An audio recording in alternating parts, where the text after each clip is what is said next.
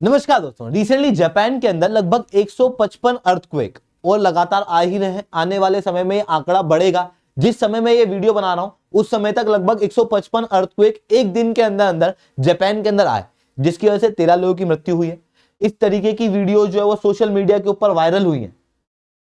आप क्लियरली ये अर्थक्वेक की इमेजेस यहां पर देख सकते हो।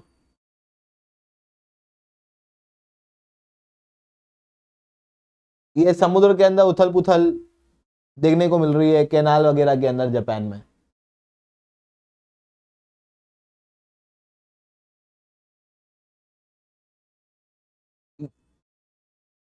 कुछ रीजन के अंदर आग भी लग गई है ना। लाइट का कटआउट देखने को मिला है लगभग 34,000 घरों के अंदर। लोग ऑफिस में बैठे थे और अचानक से लोगों को भागना पड़ा थोड़ा सा। अगली वीडियो उसी के ऊपर आएगी अभी, ये देखो। तो इस तरीके से जापान के अंदर अर्थक्वेक जो है वो बहुत खतरनाक रूप से हिट किया है। हालांकि जापान की प्रिपेयर्डनेस अच्छी थी, जिसके कारण से जान मान की हानि कम हुई है। यहां पर जो अर्थक्वेक हाईएस्ट मैग्नीट्यूड का है वो लगभग 7.6 मैग्नीट्यूड का है, जो कि नोटो पेनिनसुला के यहां पर आया है। जिसके बाद सुनामी वार्निंग भी इशू कर दी गई है जापान के अंदर। इसके पहले 2011 में आखिरी बार सुनामी वार्निंग इशू की गई थी, जब फुकुशिमा के अंदर बाढ़ आई थी अर्थक्वेक के जस्ट बाद। और उसकी वजह से फुकुशिमा दाइची का एक इंसिडेंट देखने को मिला था, जहां पर एक न्यूक्लियर पावर प्लांट से रेडिएशन जो है वो लीक हो गई थी।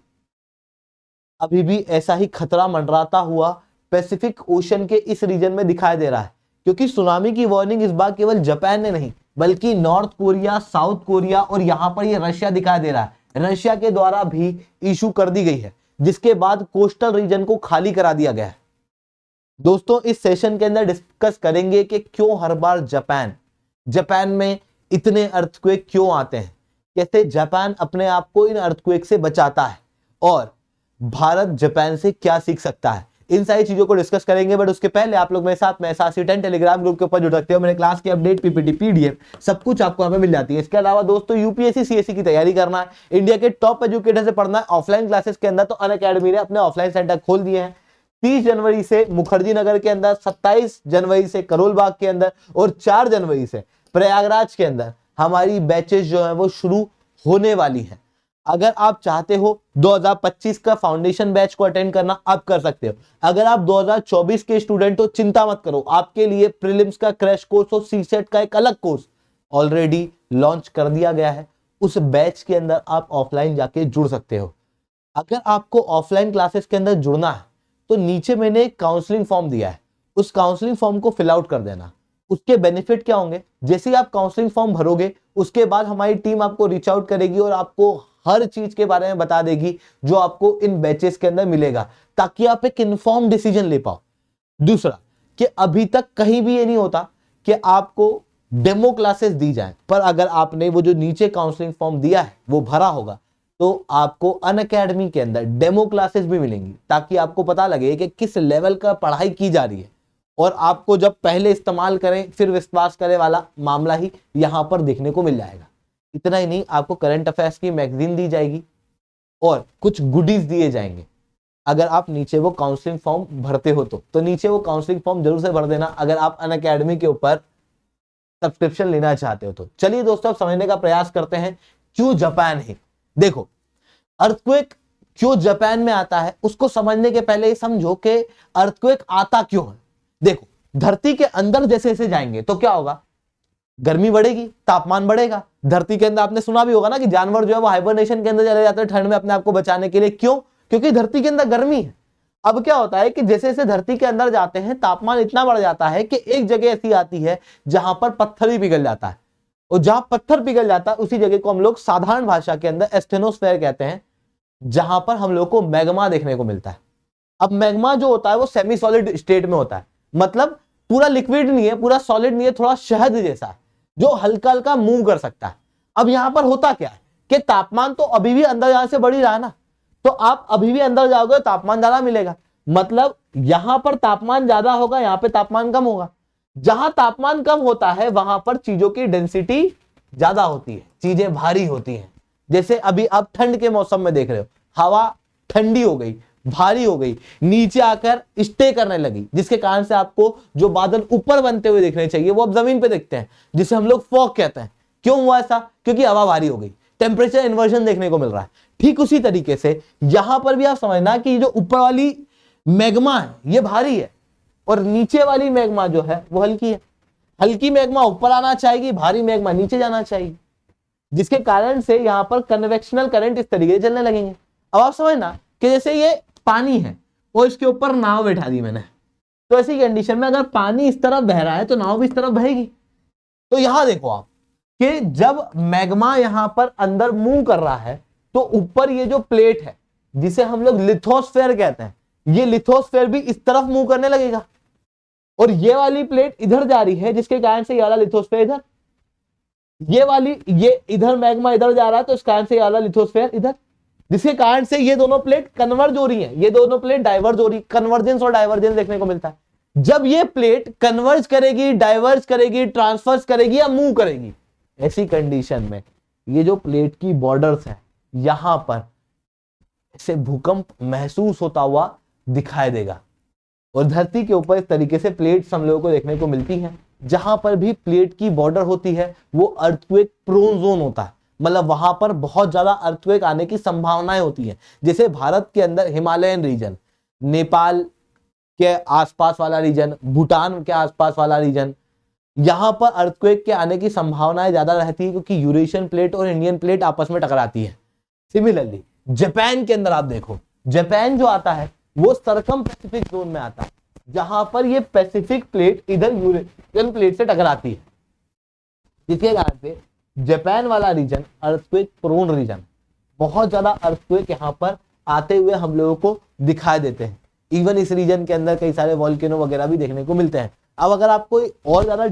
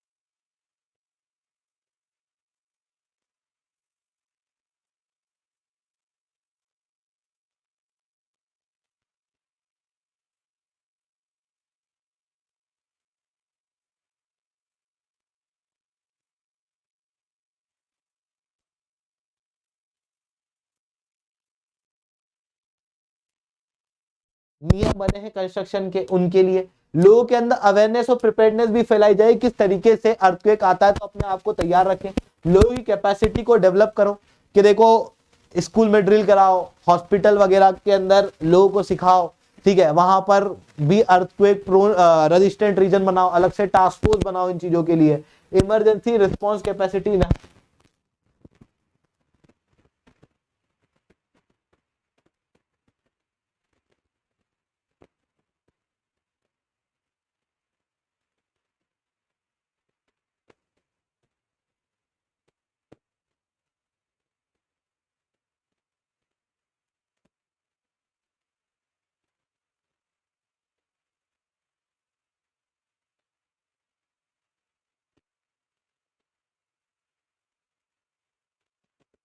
को देख सकते हो।